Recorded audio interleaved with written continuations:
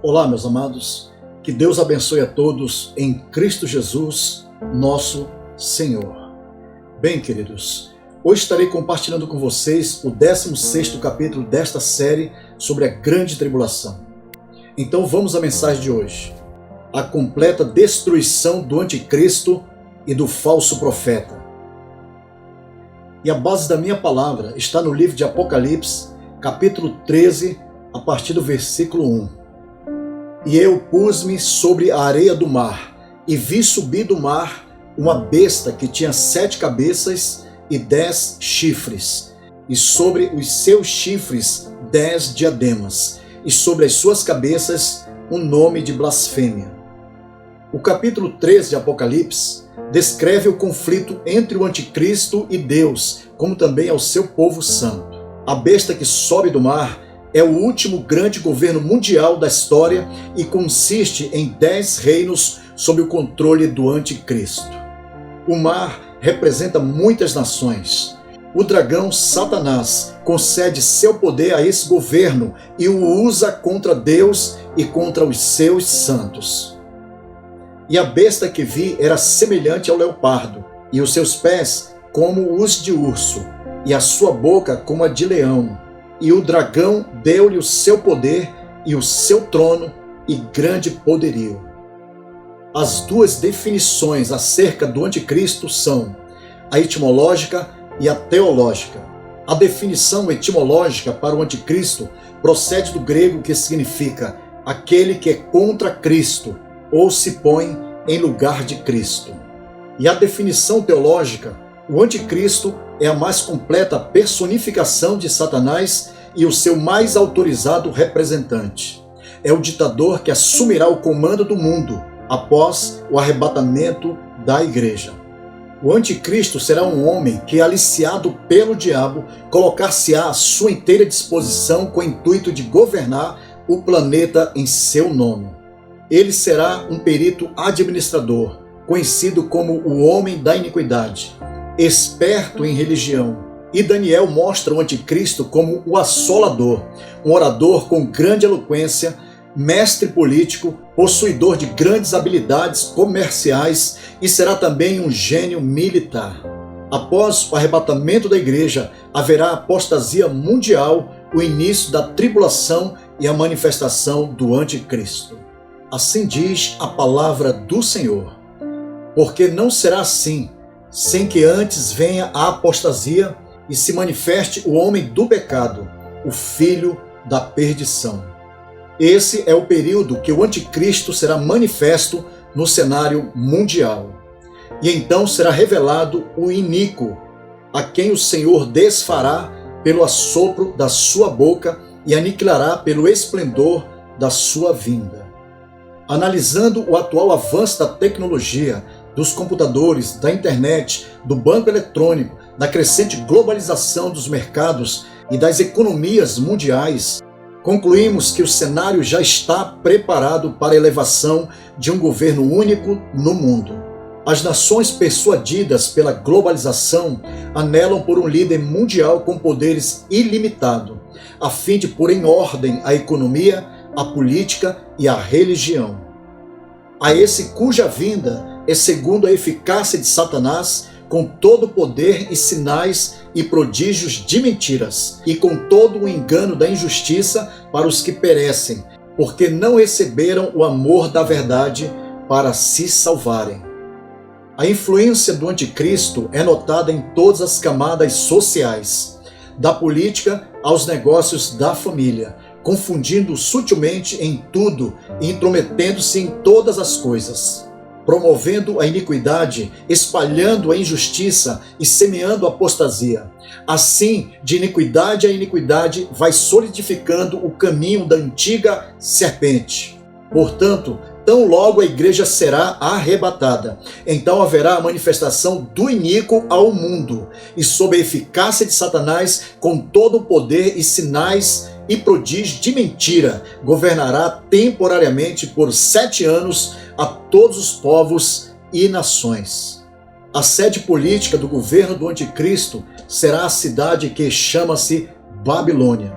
A hermenêutica profética permite-nos identificá-la com a metrópole que no passado sediou o Império Romano.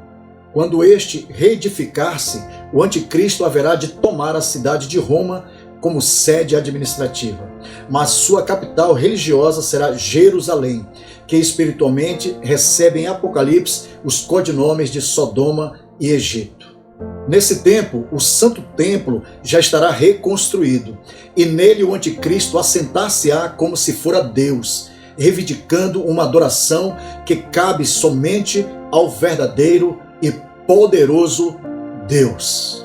Assim diz a palavra do Senhor, o qual se opõe e se levanta contra tudo o que se chama Deus, ou se adora, de sorte que se assentará como Deus, no templo de Deus, querendo parecer Deus.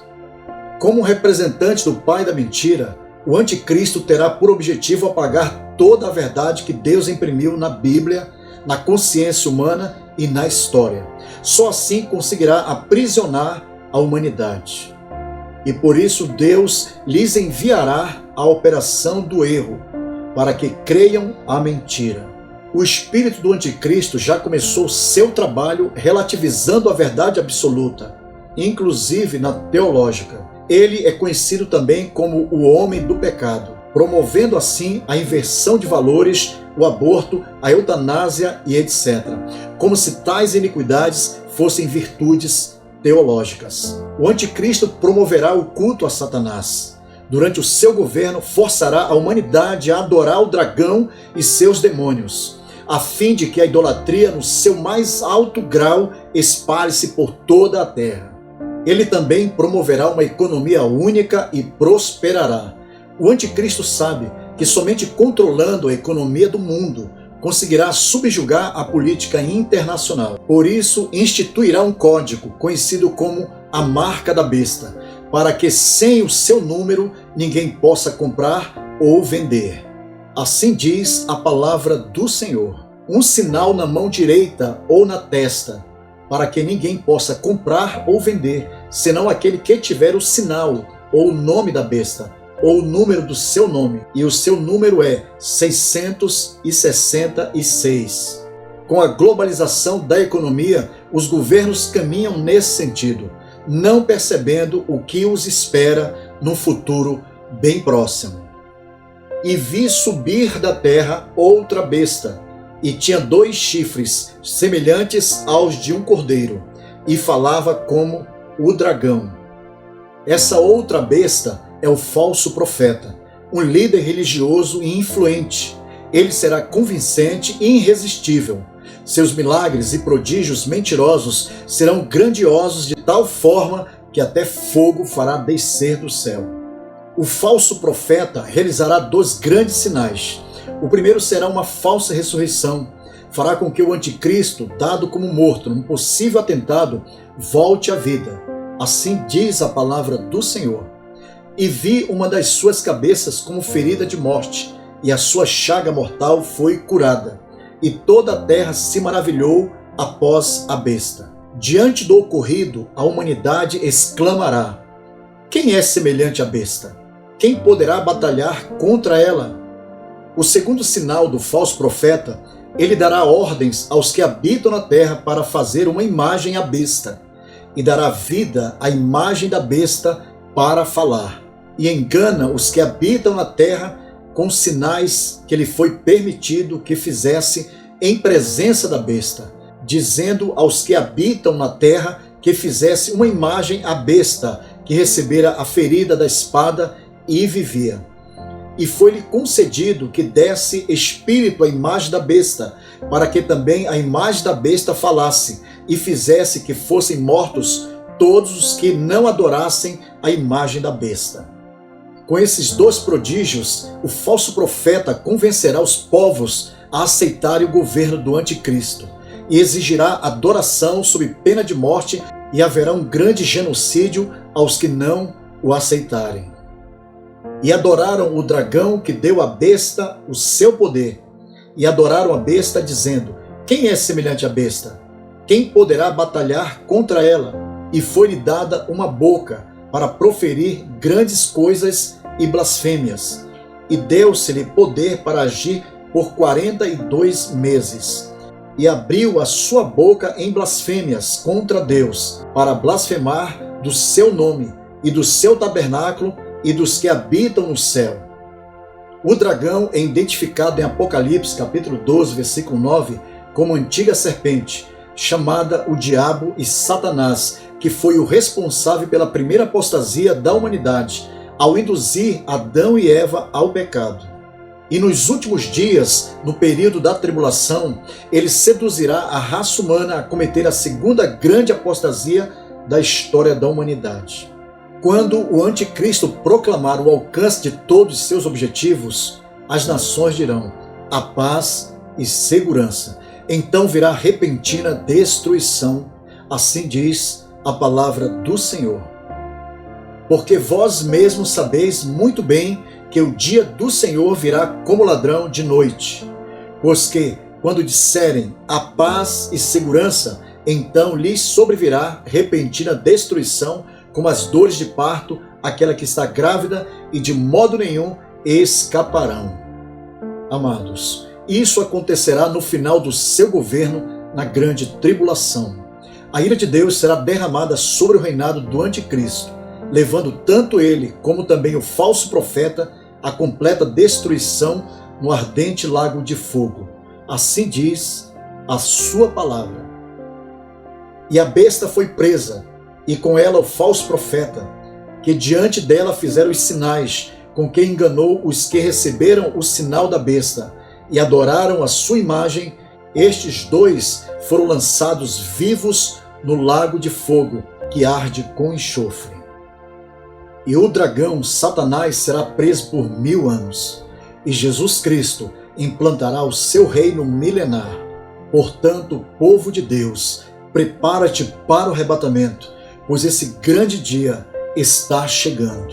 Entretanto, se porventura você ainda não recebeu o Salvador Jesus Cristo em sua vida, faça hoje mesmo essa decisão, porque amanhã poderá ser tarde demais. E se você está afastado da presença do Senhor, volte para Jesus, reconcilia-te com Ele agora mesmo e retorne para a casa do Pai. Então, queridos, vamos orar ao Senhor. Pai querido, revela a Tua palavra a cada coração. Ó Espírito Santo, fortalece o Teu povo, liberta os cativos, os oprimidos, levanta os abatidos, restaura os feridos, perdoa, Pai, salva, cura, abençoa e escreve seus nomes no livro da vida, em o nome de nosso Senhor e Salvador, Jesus Cristo. Amém. Bem, queridos, eu quero agradecer a todos que participaram dessa live. Eu quero comunicar a todos os nossos inscritos e visitantes do nosso canal que a partir da próxima semana as nossas lives serão exibidas em todas as quintas-feiras às 21 horas. Então participe do 17º capítulo desta série. Que a graça do nosso Senhor Jesus Cristo e o amor de Deus e a comunhão do Espírito Santo sejam com todos vós. Amém.